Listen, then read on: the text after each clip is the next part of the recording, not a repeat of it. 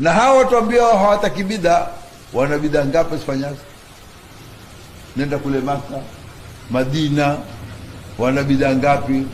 Utaona Ramadhani kuna chetezo cha watu 5 6 ufukizwa. Mtume alifanya nini? Utaona imamu hule tuna maaskari, imamu afuata na maaskari mpaka mbele, asimame nyuma zake maaskari. Utaona maaskari hawaswali, watu swali tena mpaka wakati utoke siku ngama nake watafanya kama katika salatul khawf. Hawaswali kabisa, si bid'a. Utaona watu pigwa katika Hujjatu Sharifa na katika Hajar al-Aswad, nani aliyepewa kupigwa? Utaona katika swala mpaka leo kuna mubalighi rabbana walakal hamdu, aliweka nani? Wanazo ukwambia, lakini zafaa ni nzuri kwa sababu wataka wao. Kuna musabaqatul Qur'ani, lini walifanywa kwa Sayyidina Abubakar au kwa Sayyidina Umar, ukaitwa watoto kashanisha Qur'ani akapewa zawadi. Ulifanywa lini musabaqatul Qur'ani? Walitakalo liko njia kufaa, wasolitaka halifai hata kama lina njia.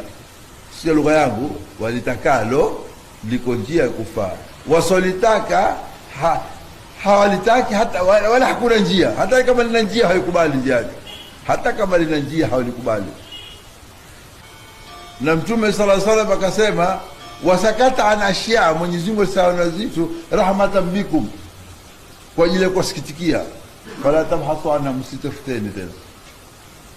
Mtume amenyamaza mambo kadha kadha, hakutuzuilia kusikitikia. Wewe ukiwa ni mkali zaidi kuliko Mtume, bahati yako. Sio Mtume kwa mkali ukataza mambo sio kwako.